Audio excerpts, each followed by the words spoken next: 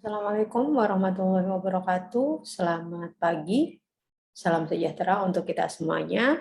Bagaimana teman-teman kondisinya?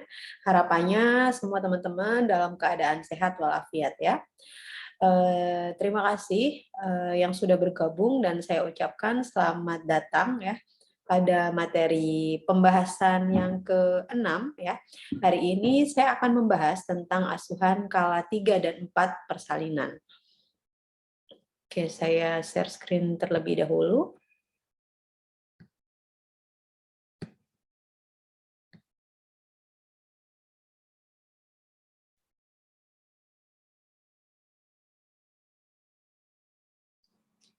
Kala 3 dan 4 ya.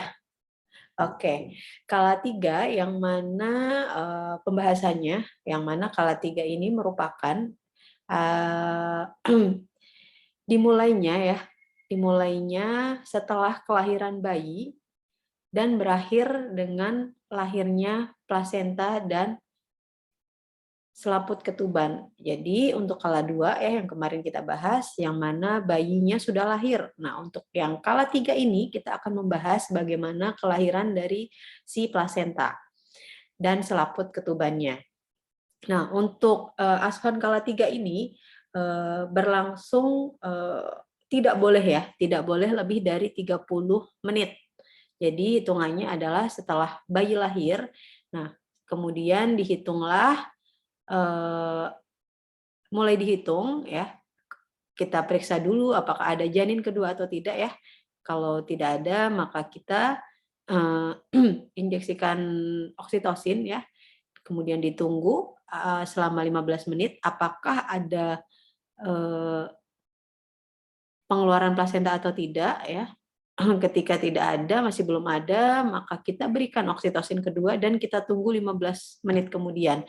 Maka kita tidak boleh waktunya berlangsung lebih dari 30 menit untuk asuhan di kala 3. Kemudian disebut dengan kala uri atau kala pengeluaran dari plasenta. Nah, kemudian di sini adalah tindakan kita PTT atau peregangan tali pusat terkendali. Dilanjutkan pemberian oksitosin untuk kontraksi uterus dan mengurangi terjadinya perdarahan. Nah, ini untuk fisiologi skala 3 ya. Segera setelah bayi dan air ketuban sudah tidak lagi berada di dalam uterus, maka kontraksi akan terus berlangsung dan ukuran dari rongga uterus akan mengecil ya. Jadi akan ada pengecilan gitu ya dari ukuran uterus kalau kita palpasi. Kemudian pengurangan dalam ukuran uterus ini akan menyebabkan pengurangan dan ukuran tempat melekatnya plasenta. Jadi terdorong gitu ya plasentanya karena ukurannya semakin mengecil gitu ya karena adanya kontraksi tadi, ruangnya akan menjadi kecil. Oleh karena itu, tempat melekatnya plasenta tersebut menjadi lebih kecil, maka plasenta akan menjadi tebal dan mengkerut dan memisahkan diri dari dinding uterus. Nah, sebagian dari pembuluh darah yang kecil akan robek saat plasenta terlepas, lalu tempat melekatnya plasenta akan berdarah terus hingga uterus seluruhnya berkontraksi. Lalu setelah plasenta itu lahir, maka dinding uterus akan berkontraksi dan menekan semua pembuluh darah untuk menghentikan perdarahan dari ini ya bekas dari implantasi si plasenta itu sendiri. Nah, biasanya di sini wanita kehilangan darahnya 350 sampai dengan 360 cc per menit dari plasenta lahir tersebut. Kemudian tempat melekatnya plasenta uterus tidak bisa sepenuhnya berkontraksi hingga plasenta lahir terlebih dahulu. Jadi akan lebih kuat lagi ya ketika kontraksinya ketika si plasentanya sudah keluar gitu. Oleh sebab itu, kelahiran yang cepat dari plasenta segera setelah ia terlepas dari dinding uterus merupakan tujuan dari manajemen kebidanan dari kala 3 yang kompeten. Jadi di kala 3 ini tadi ya disebutkan bahwasanya kita harus melakukan PTT dan injeksi dari oksitosin. Nah, itu adalah langkah melepaskan plasenta dari dinding uterus tersebut agar tidak terjadi perdarahan. Nah, ini adalah tanda-tanda dari pelepasan plasenta ya. Pertama akan ada semburan darah yang mendadak. Kemudian tali pusatnya tentunya akan semakin panjang gitu ya. Lalu akan ada perubahan ukuran dan bentuk uterus. Jadi biasanya kan karena tadi bayinya sudah keluar akan ada pengecilan dari uterusnya di rongganya. Rongga uterus itu akan semakin mengecil tadi ya, mendorong plasenta tersebut untuk melepaskan diri dari si rahim. Nah, ini karena plasenta sudah terlepas dari segmen bawah rahim. Nah, ini biasanya bentuknya akan menjadi globuler gitu ya, ataupun bundar ketika sudah terlepas.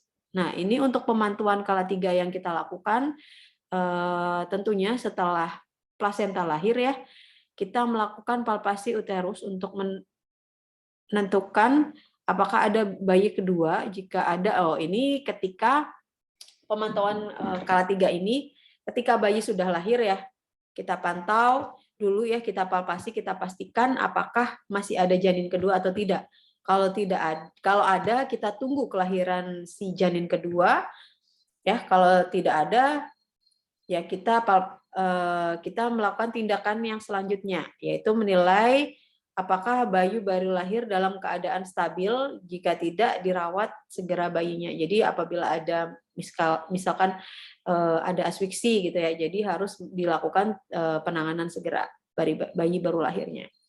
Nah, untuk kala 4 ini kita akan membahas tentang bagaimana ya tadi ketika kala 2 itu si bayinya sudah lahir, kemudian kala 3 plasentanya sudah lahir. Nah, di kala 4 ini kita belajar apa yang kita lakukan, asuhan yang kita berikan setelah si plasenta lahir. Nah, ini asuhannya diberikan selama 2 jam. Jadi hitungannya setelah plasenta lahir, kemudian 2 jam ke depan kita akan observasi dari ibunya. Oke, di kala 4 ini merupakan keadaan yang paling kritis ya, karena di sini ada proses perdarahan yang sedang berlangsung tadi ya, yang mana bekas dari tempat pelekatan plasentanya ya harusnya itu berkontraksi dengan baik, ataupun biasanya kita palpasi keras gitu.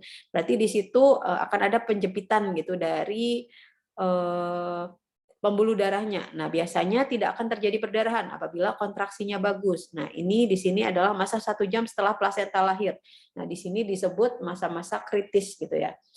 Kemudian pemantauan 15 menit pertama ya, setelah kelahiran plasenta, 30 menit pada jam kedua setelah persalinan jika kondisi ibu tidak stabil perlu dipantau lebih sering. Jadi kita kembalikan lagi. Nah, tapi ini untuk penelaksanaan yang sesuai dengan partograf ya.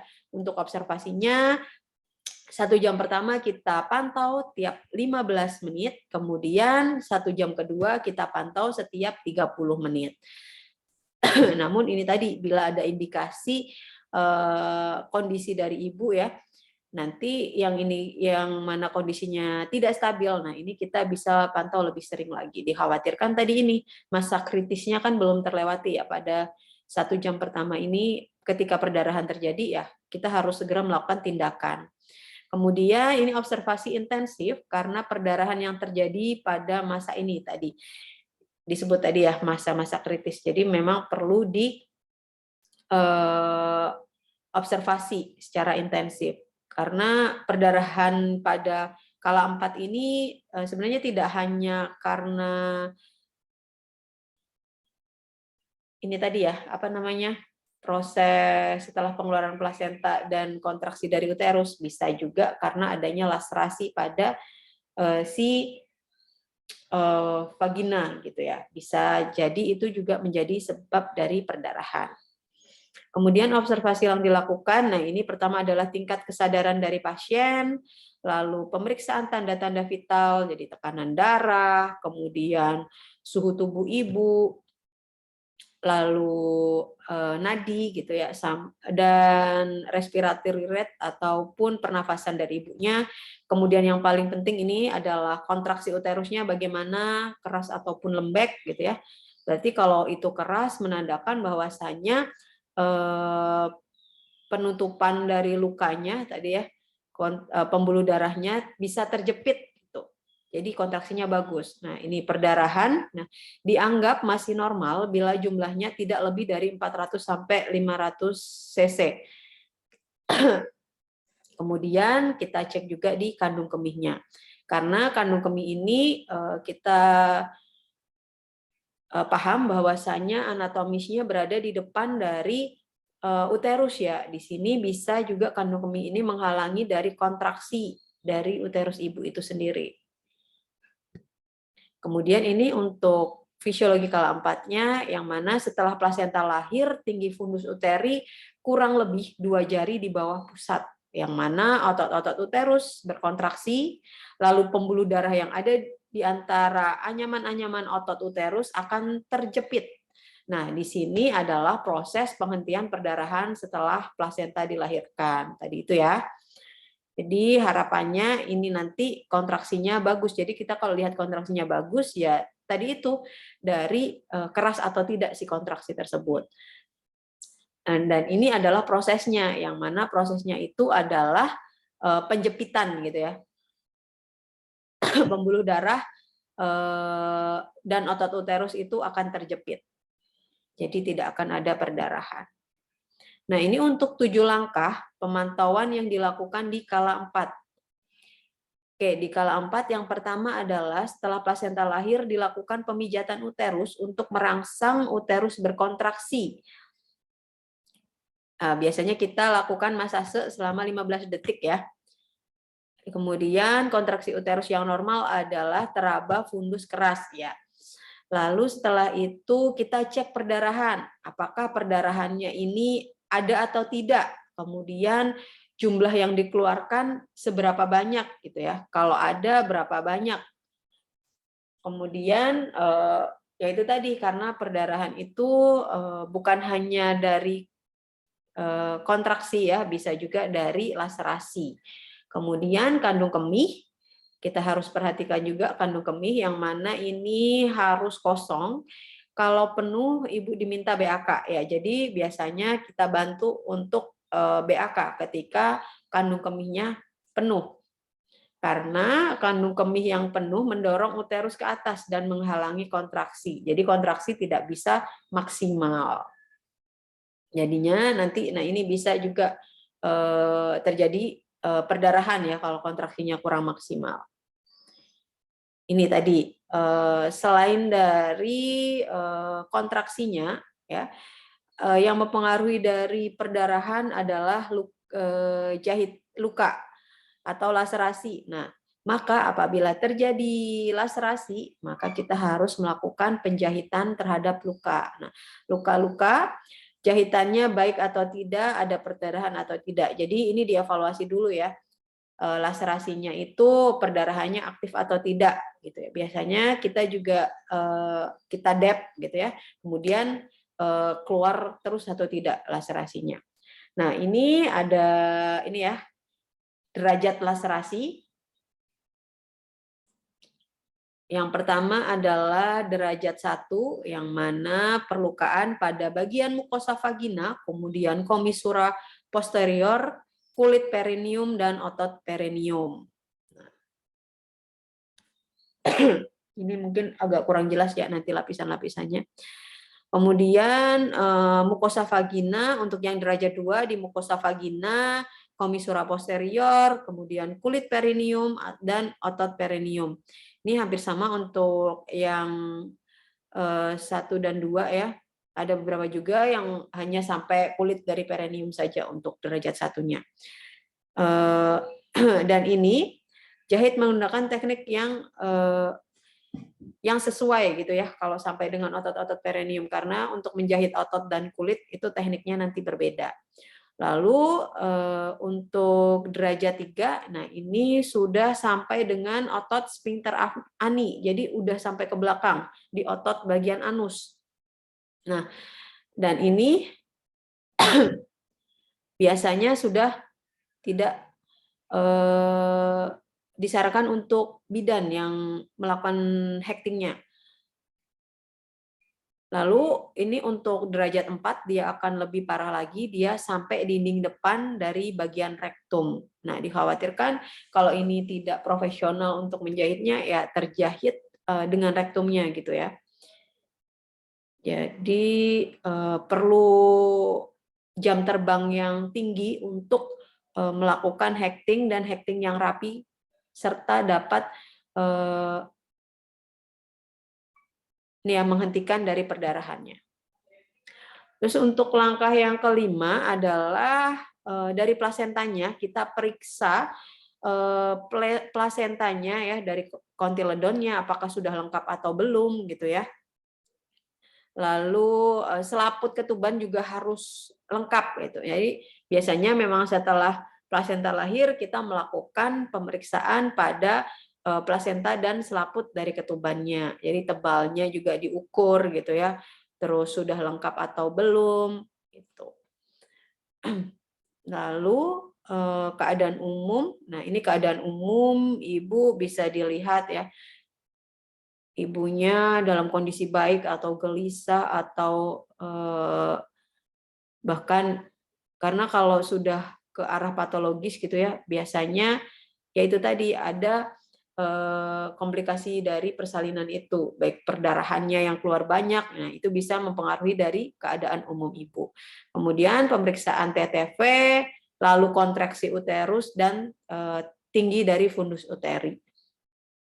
Nah, ini kemudian pemeriksaan yang tidak kalah penting yaitu pemeriksaan bayinya ya, apakah bayinya dalam kondisi baik atau tidak. Nah, kalau seumpamanya kondisinya tidak baik ya, asfiksi gitu, maka kita bantu untuk penata laksanaannya. Jadi disesuaikan dengan kondisi yang bayi itu, kondisi dari bayi itu sendiri. Nah, tapi untuk ketika bayinya dalam kondisi baik, nah biasanya kita melakukan IMD. Oke, terima kasih. Sudah selesai ya. Mungkin saya cukupkan untuk manajemen kala 3 dan 4. Terima kasih untuk teman-teman yang sudah menyimak dari awal hingga akhir video ini. Kurang lebihnya saya mohon maaf. Akhirul kalam, billahi taufik wal hidayah. Wassalamualaikum warahmatullahi wabarakatuh.